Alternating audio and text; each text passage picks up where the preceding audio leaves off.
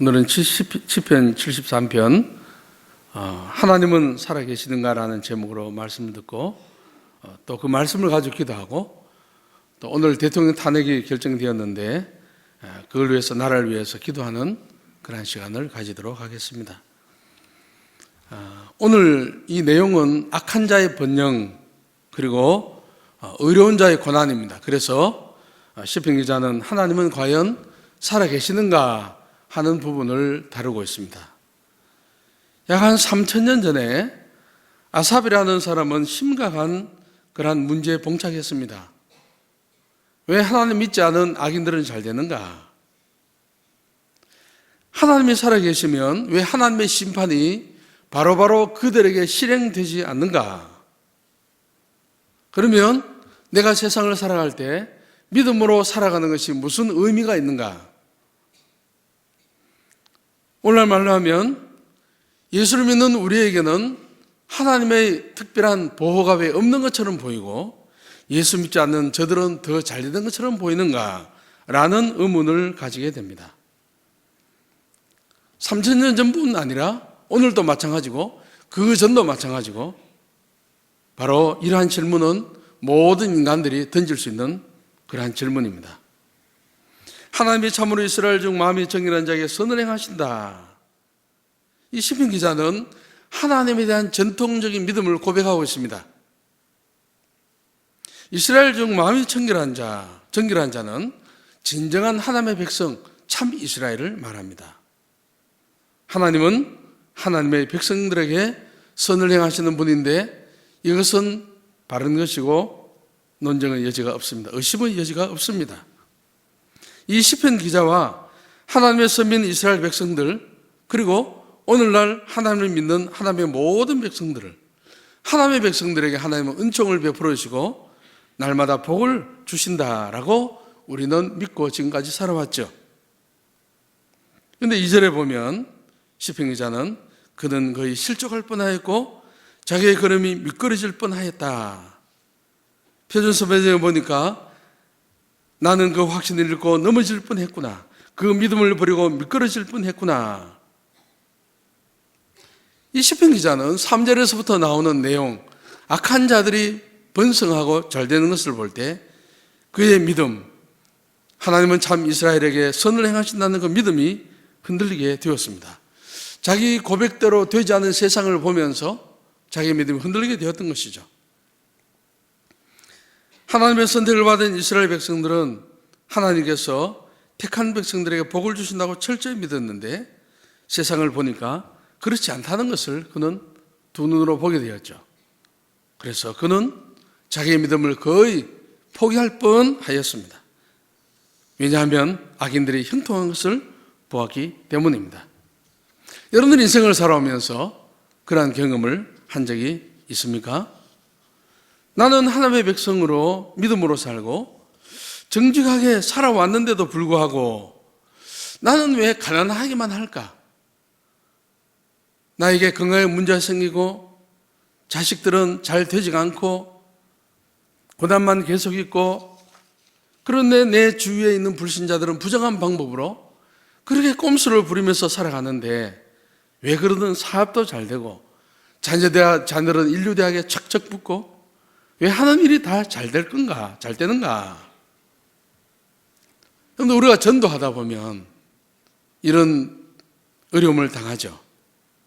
내가 저 사람에게 전도해야 되겠는데 무엇을 봐도 저 사람이 나보다 나은 겁니다.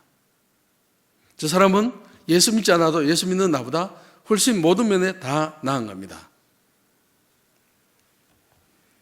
저 같은 경우도 그런 경험이 있습니다. 형이나 동생이 예수 안 믿어도 저보다 훨씬 더 잘 사는 겁니다. 자녀들은 외국 유학도 가고 인류대학에도 잘 붙고 잘 되는데 차마 그들에게 용기 있게 예수 믿으라고 말할 수가 없는 거죠. 만약에 예수 믿으라고 용감하게 말하면 당신이나 잘 믿으세요. 너나 잘 믿으세요 할 판입니다. 불신자들은 가끔 우리에게 그런 질문 던지죠. 하나님 있으면 하나님이 너를 도와주신다는 증거한번 대봐. 만약 그랬으면 내가 믿을게. 그런 이야기를 하게 되죠. 저는 청년 때까지 하나님을 잘 모르고 그렇게 살았습니다. 세상은 열심히 하는 자의 것이라고 그렇게 믿었습니다. 대학을 들어가서 친구들 가운데 열심히 공부하는 그 그룹이 있었습니다. 그래서 도서관 문 열 때 들어가고 문 닫을 때 나오는 그런 그룹이 있었습니다. 이제 모두 다가 대한민국 남자들이 신분 상승을 위해서 머리를 싸매고 공부하는 게 있지 않습니까? 그 공부를 시작하게 되었습니다. 그 친구는 아주 가장 친한 친구, 제가 전도하고 있는 친구는 재학 시절 때 붙었습니다. 저는 2차에 떨어지고 자꾸 떨어졌습니다. 하루는 이 친구가 저를 불러내는 겁니다. 제가 자꾸 전도하니까. 그 친구가 이래 이야기했습니다. 야, 나는 합격했고 너 떨어졌잖아. 너 자꾸 나보고 예수 믿으라 하는데 하나님 있다면 너가 되고 내가 떨어져야지. 왜 너가 떨어지냐? 하나님이 있다는데 왜 하나님이 너를 도와주지 않나? 피가 거꾸로 쏟더라고요. 거꾸로. 예수 믿은 지가 얼마 안 돼서 실력이 별로 없어서 성경을 잘 몰라서 대답할 말이 없었습니다. 지금쯤 되면 대답할 말이 있겠는데 한 30년이 넘은 지금도 그 장면이 생생하게 떠오릅니다. 어제 일처럼 아직도 그 장면이 남아 있습니다. 제가 선교할 때 어느 선교사의 말이 생각납니다. 그 사모님 못 받은 판사고 자녀들은 의사고 다 사자 돌립니다. 자기는 사자 돌림이긴 하는데 별로 돈 안 되는 사자죠. 목사, 선교사 돈 없지 않습니까? 예수를 믿으라고 해도 씨도 안 먹힌다는 겁니다. 너나 믿으세요. 할 말이 없는 거죠. 저와 여러분들은 다 그런 경험이 있습니다. 그런데 3절부터 보면 12절까지 악인들에 대한 묘사가 나옵니다. 악인의 번영을 이야기합니다. 이 시편 기자는 3절에서 7절부터 그 눈으로 악인들의 외모를 보게 됩니다. 한마디로 말하면 그 모양만 딱 봐도 저 사람은 출세했구나. 잘 먹고 잘 사는구나. 그것만 봐도 번들번들한 것을 알게 됩니다. 악인들은 보통 사람들이 당하는 고난이나 고통도 없이 죽을 때도 아주 수월하게 죽고 오래 살고 남들처럼 걱정 근심 있는 것도 아니고 병에 걸린 것도 아닙니다. 그러므로 그들의 목에는 교만이라는 목걸이를 걸었고 몸에는 폭력이라는 옷을 걸쳤습니다. 번들거리는 눈빛으로 뻐기면서 다니고 그 마음속의 생각은 방탕하게 그지가 없고 자신을 과시하고 다른 사람들을 위협하고 사람들을 향해서 인상을 쓰고 고함을 지르고 다른 사람들은 살이 빠져서 눈이 쑥 들어갔는데 이 사람은 살이 하도 쪄서 눈이 불뚝 튀어나왔습니다. 살이 하도 쪄서. 그들의 눈에는 교만이 흐릅니다. 그리고 8절부터 11절까지 보면 시편 기자가 귀로 듣는 것이 나오는데 악인들이 말하는 내용들이 나와요. 그들은 사람을 비웃고 악하게 말하고 폭언을 서슴지 않고 무시하고 능욕하며 악하게 압제하며 말하며 거만히 말하며 그들은 놀랄 만큼 교만합니다. 그들이 갈 때까지 다 가서 악에 참 말을 하고 들어줄 수 없는 오만한 말을 입에 담습니다. 그 사람의 영혼이 어떠한지는 그 사람의 말을 보면 우리가 알 수가 있습니다. 1시간 동안 말을 해보면 저 사람이 그 마음에 어떠한 것이 들어있구나를 알게 됩니다. 마음이 더러운 사람은 말을 더럽게 하죠. 마음이 음란한 사람은 말이 음란합니다. 마음에 교만이 가득한 사람들은 말이 교만하죠. 그들은 압제하는 말을 합니다. 입은 하늘에 두고 혀는 땅에 두루 다닌다라고 말합니다. 영어 번역에 보면 저희 입은 하늘을 거스려 말하고 라고 말합니다. 그들은 목을 꼿꼿이 세우고 목을 쳐들고 다니면서 높은 굴뚝에서 연기를 뿜듯이 거만하게 입에서 독한 말을 쏟아내고 자기 하고 싶은 말을 다 합니다. 그들의 혀는 아무런 제한을 받지 않고 자기가 원하는 대로 온갖 말을 다 짓거립니다. 상대방에게 비난을 퍼붓고 온갖 악한 말을 다 하죠. 그래서 10절에 보면 기가 막힌 현상이 생깁니다. 그러므로 그 백성이 이리로 돌아와서 잔에 가득한 물을 다 마시며, 이 말은 뭐냐면 하나님의 백성들도 악인들의 번영을 볼 때 거기에 도움을 받기 위해서 줄을 선다는 겁니다. 도움을 받아보려고, 그들에게 떨어지는 콩고물이라도 먹어보려고 줄을 댄다는 것입니다. 그러면서 하는 말이, 하나님이 어떻게 알겠느냐, 지극히 높으신 이가 뭘 알겠느냐라고 말합니다. 하나님은 세상이 어떻게 되어가는지 관심도 없고 알지도 못한다. 믿는 사람들도 맞습니다, 하나님이 어떻게 알겠습니까? 하고 그렇게 아부를 하는 겁니다.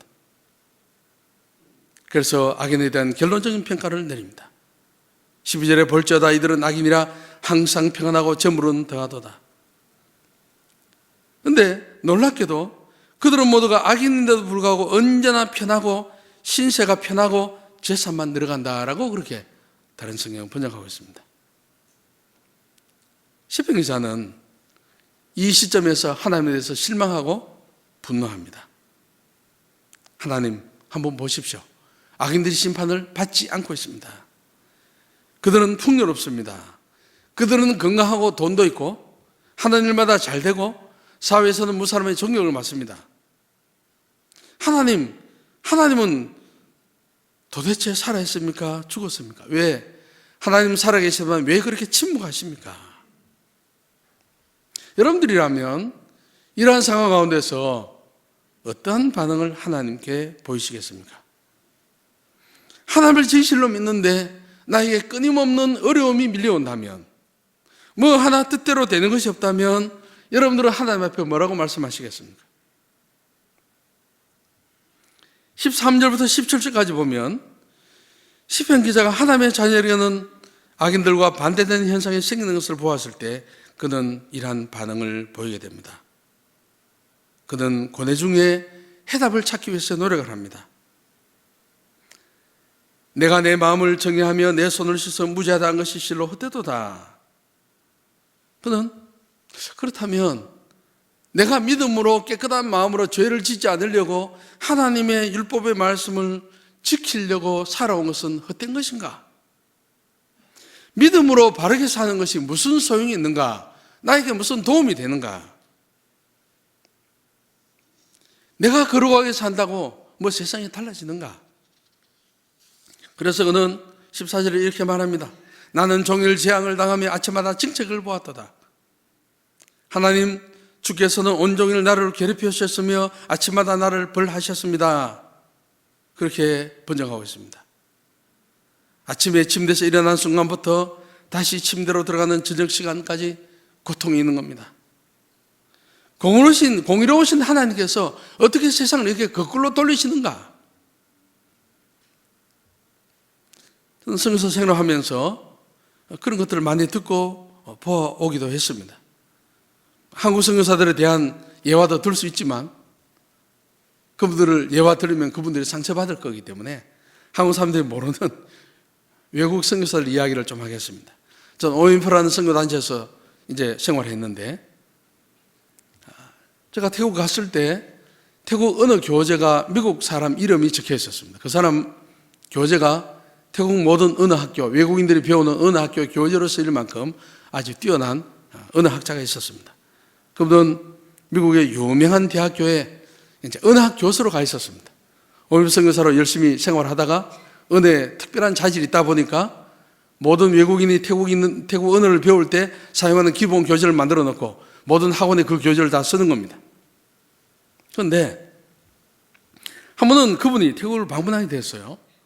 이제 방문하게 되면은 방콕에도 치앙마이 이런 데 다 게스트룸이 있습니다. 우리가 가끔씩 들러서 어떤 회의도 있고 하니까 갔는데 이제 누구라고 이야기하면서 이야기를 해주는 겁니다. 제 이야기를 해줍니다. 저분이 그 유명한 우리가 모두 다가 배우는 언어학 교재를 만든 그 분인데 저분은 미국 유명 대학교 언어학 교수다. 그런데 딸이 한 명 있었대요. 딸 한 명 있었는데 그 딸이 나쁜 조폭 같은 사람에게 걸려서 강간을 당하고 죽임을 당했고, 또 그 다음에 또 하나는 뭐냐면은 이분이 평생 동안 재산을 모으고 해서 캘리포니아의 아주 부촌에 큰 저택을 샀답니다. 사고 자기가 평생 연구한 그 언어 자료 있지 않습니까? 그것을 다 옮겨놓고 하는데 며칠 내에 집이 홀라당 다 타버렸대요. 언어 연구해놓은 모든 자료가 컴퓨터와 함께 완전히 잿더미가 된 겁니다. 그분이 저쪽에 있는데 사람들이 가서 할 말이 없어요. 할 말이 없죠. 무슨 말을 할지 모르죠.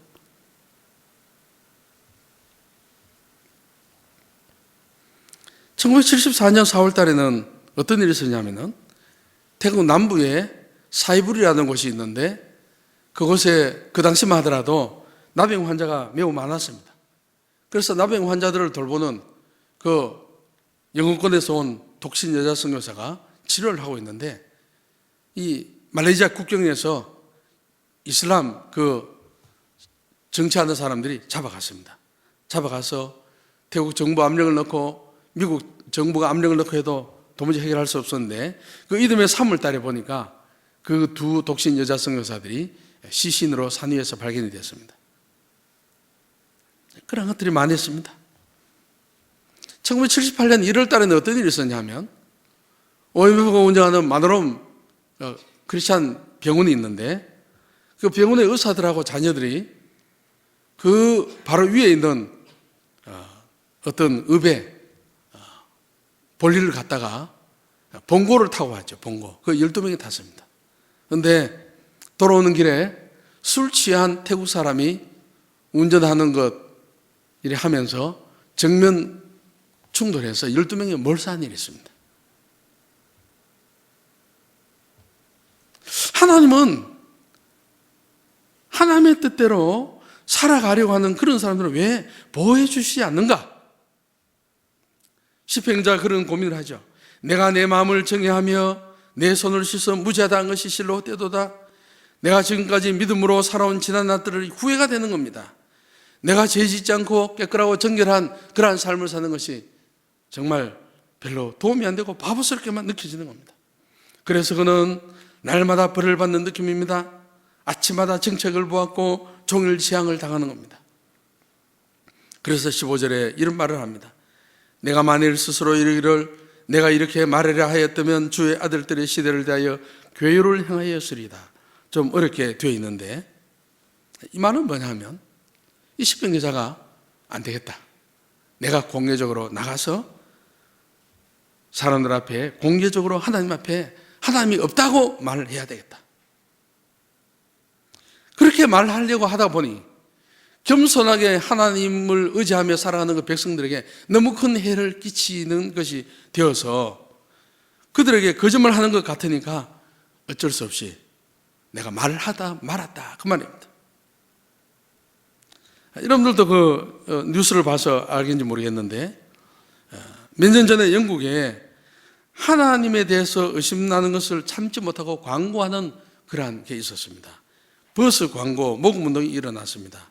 이거 뭐냐면 불신지옥이라는 위협, 믿지 않으면 지옥 간다는 그 위협에 대신해서 대항해서 무신론자들이 하나님은 아마 없을 겁니다. 이제 걱정은 그만하고 인생을 즐기세요. 그 하루에 그 모금하는 그 액수 목표가 5,500파운드였습니다. 그런데 놀랍게도 하루 만에 47,000파운드, 한 9배가 잘 거둬졌다고 합니다.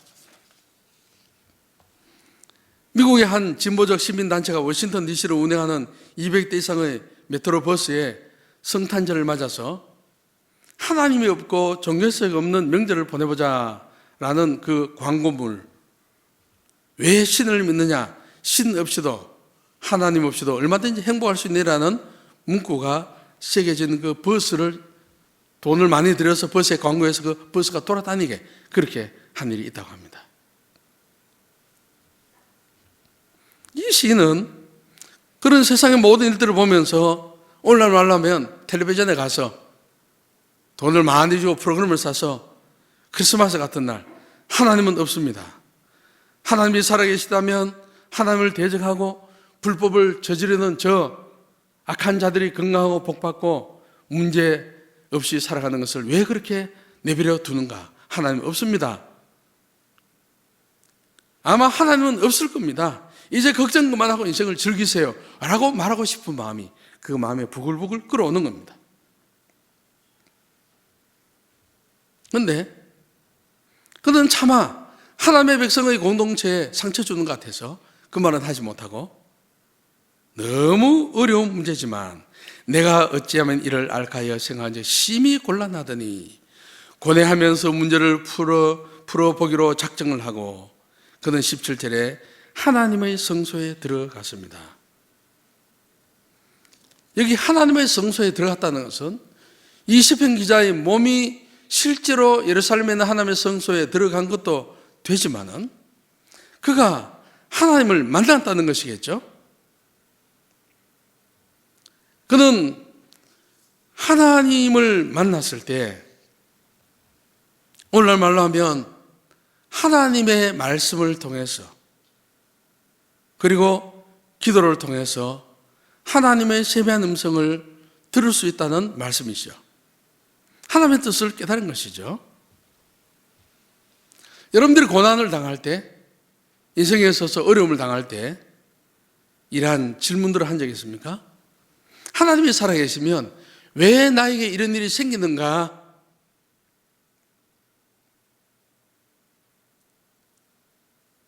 저는 목회자로서 성도들의 집을 신방을 하는데, 신방하는 것이 부담이 될 때도 있고 그렇지 않을 때도 있습니다.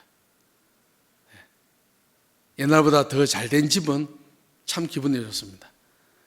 지하 단칸방에 햇빛이 들어오지 않는 그런 집이었는데 이제 1층으로 올라와서 햇빛이 쫙 들어오는 그런 집에 가면 너무 기분이 좋습니다. 그렇지 않고 반대로 어려운 집에 가면 마음이 참 좋지 않습니다.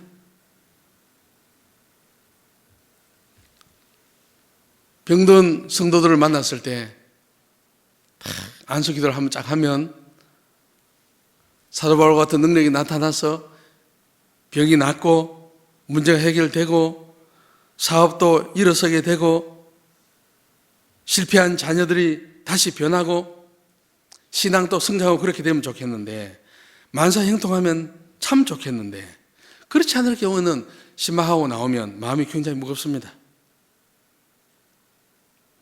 성도 여러분, 중요한 건 이겁니다. 우리가 이러한 어려움을 당하고 이러한 고난을 당할 때, 내가 해답이 없을 때 그냥 앉아있으면 안 됩니다.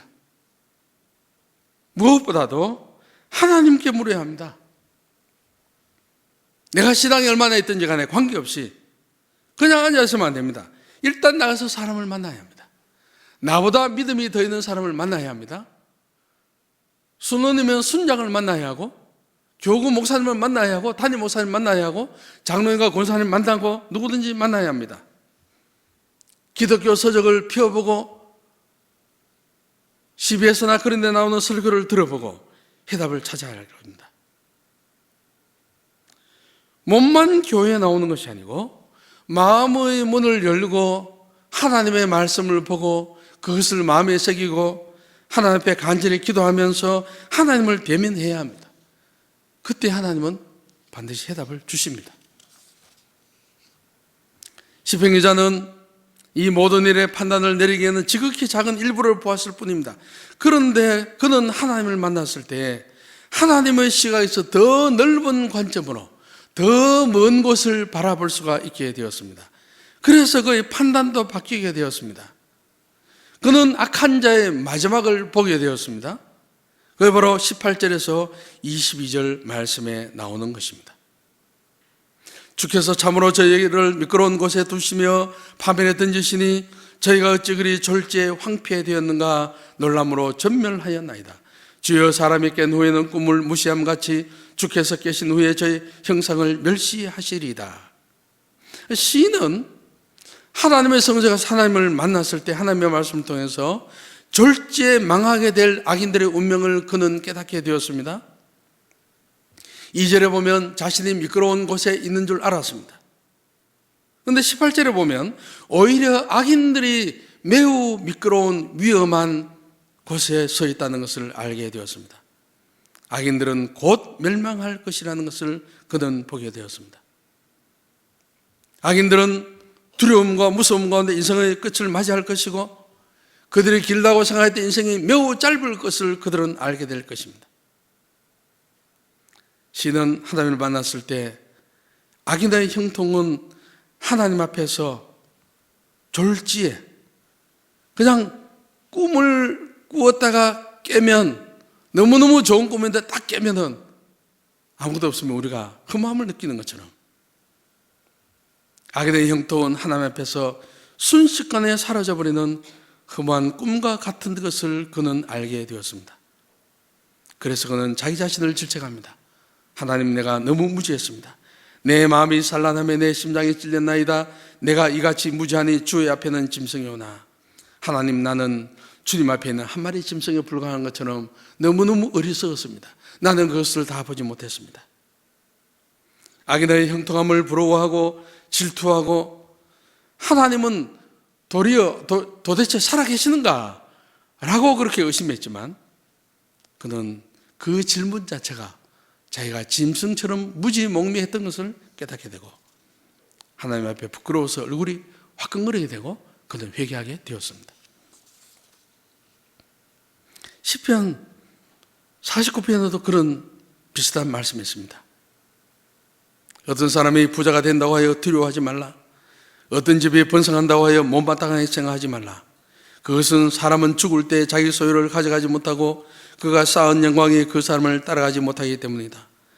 그는 살아있을 때만 자기가 복받은 사람이라 생각하고 사람들은 모든 일들이 잘 될 때 그를 칭찬할 것이다. 그러나 그는 반드시 그 조상들이 있는 곳으로 돌아갈 것이다. 그는 더 이상 빛을 보지 못할 것이다. 사람이 아무리 돈이 있어도 깨닫지 못하면 멸망하는 동물과 같다. 역시 인간의 향연은 죽음입니다. 하나님 없는 불신자들은 그들의 그 전성기는 죽음으로 딱 모든 것이 끝난다. 그런 것입니다. 그들은 죽음 이후부터는 말로 다 할 수 없는 영원한 고통 가운데 들어간다는 것이죠. 그러다 의인들의 결말은 다릅니다. 23절부터 27절에 나옵니다. 내가 항상 주와 함께하니 주께서 내 오른손을 붙으셨나이다. 주의 교훈으로 나를 인도하시고 후에는 영광으로 나를 영접하시리니 하늘에서는 주 외에 누가 내게 있으리요 땅에서는 주밖에 나의 사모할 자 없나이다.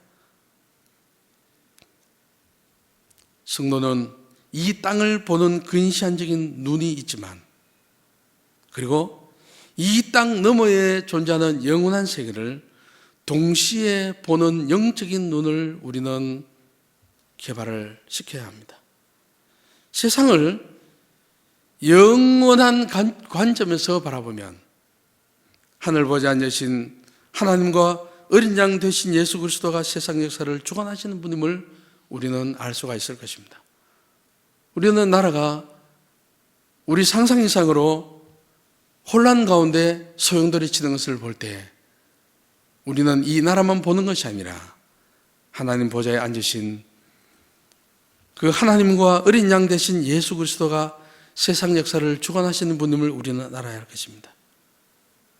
오늘 이 시편 기자는 고난을 당할 때 인생을 근시안적으로만 보지 말고 원시안적으로 동시에 멀리 믿음의 눈으로 바라보라고 말하고 있습니다.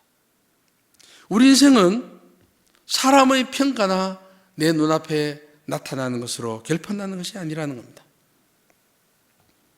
우리는 오늘 먹고 살아가는 내 눈앞에 펼쳐지는 그런 것을 가지고 그것이 다인 양 인생을 살아갈 것이 아니라 마지막 날 하나님 앞에 설 것을 생각하는 종말론적인 그러한 원시적인 시각도 가져야 할 것입니다. 그는 23절에서 26절에서 하나님에 대한 믿음을 회복합니다.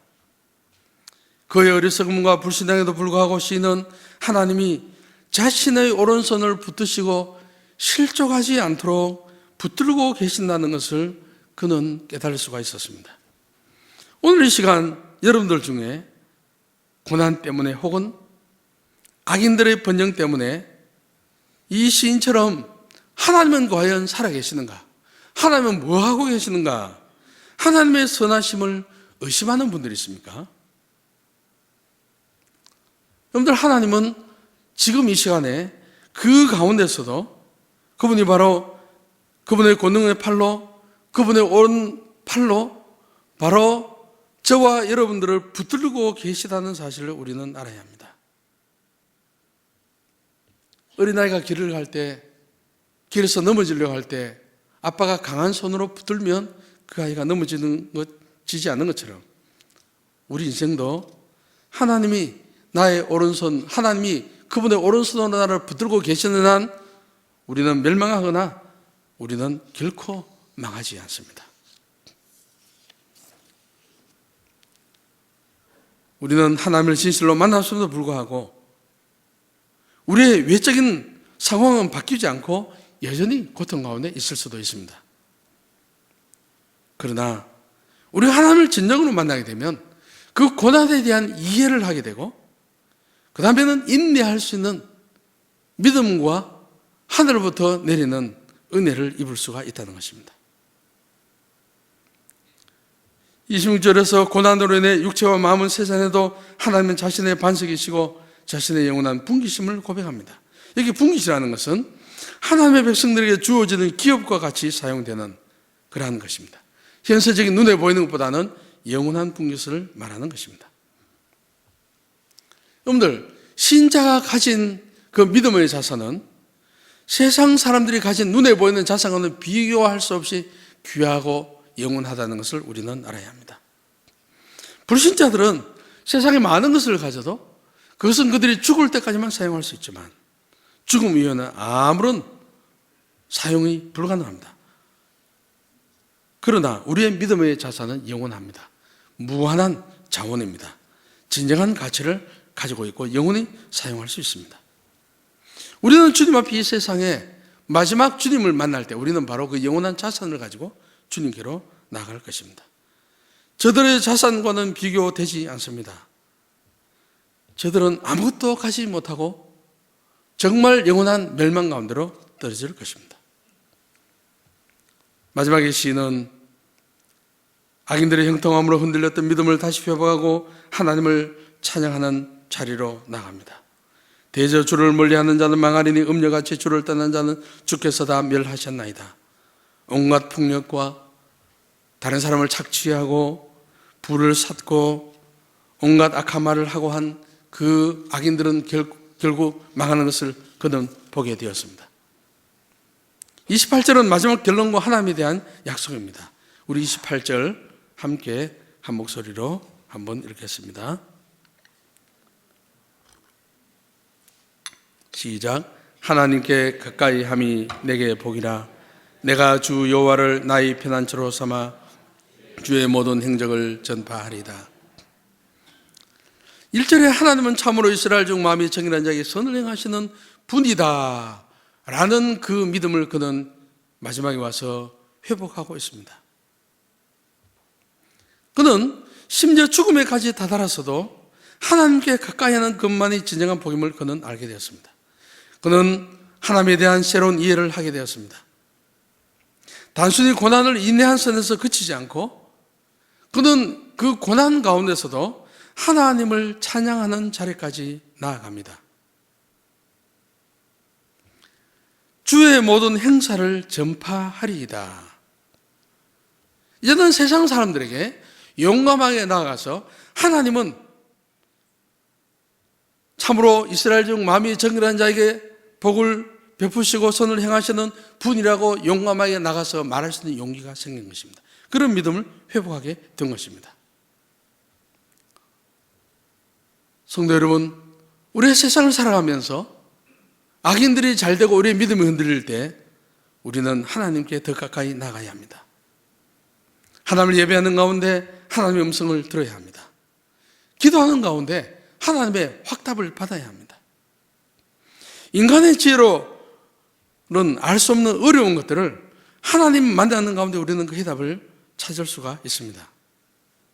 그때 우리는 내가 어떤 환경 가운데 있더라도 하나님이 우리와 함께 하시고 결국 나는 그 한 분 하나님만으로 나는 만족할 수가 있고 하나님만으로 나는 피난처로 삼겠다.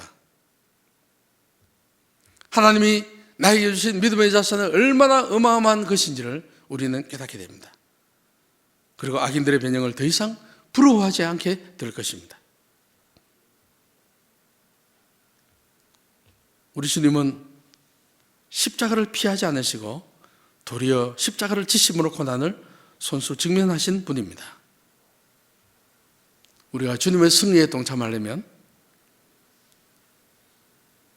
우리는 주님이 걸어가신 고난의 그 길에도 우리는 동참해야 할 것입니다. 사탄은 신자들에게 고난이 있을 때 너 그거 한 봐. 하나님이 너 버리셔서 우리에게 고난이 있을 때 하나님이 나를 버리신 증거라고 사탄은 우리에게 속삭입니다. 그러나 그렇지 않습니다. 우리에게 왜 역경과 고난이 있는가? 그것은 하나님이 우리를 버린 증거 아닙니다. 오히려 역경과 고난을 통해서 하나님이 우리에게 소리치는 겁니다. 나 너와 함께 가까이 있고 싶어. 너 나에게 더 가까이 와. 바로 그 음성입니다. 여러분들 끝까지 우리가 잘 되고 잘 먹고 잘 해보십시오. 우리 교회 나올 사람들 아니죠. 아무도. 우리가 고난이 있고 역경이 있기 때문에 하나님이 소리치실 때 우리가 가까이 나와서 그 복을 받게 되었지 않습니까? 하나님은 우리의 고난을 통해서 당신의 나라를 완성해 가고 계십니다. 마귀는 십자가를 통해서 예수 그리스도를 저주하려고 했지만 오히려 주님은 십자가의 고난을 넘어서 부활로 승리하셨습니다. 십자가를 지는 것이 아니라 이긴 것이었습니다. 여러분들 신자의 고난은 하나님의 징계가 아니라 하나님의 진정한 축복을 경험하기 위한 통로인 것을 우리는 고백해야 할 것입니다. 오늘 이 저녁에 고난당하는 성도들 가운데 이러한 어려운 질문을 가지고 나온 분들이 있다면 오늘 우리가 기도하는 가운데 그것이 바로 하나님이 나에게 복을 주시기 위한 하나의 통로라는 것을 깨닫고 하나님을 더 깊이 있게 만나고 하나님의 성전에 들어가서 하나님의 음성을 듣고 그 확답을 받고 돌아가는 은혜가 있기를 간절히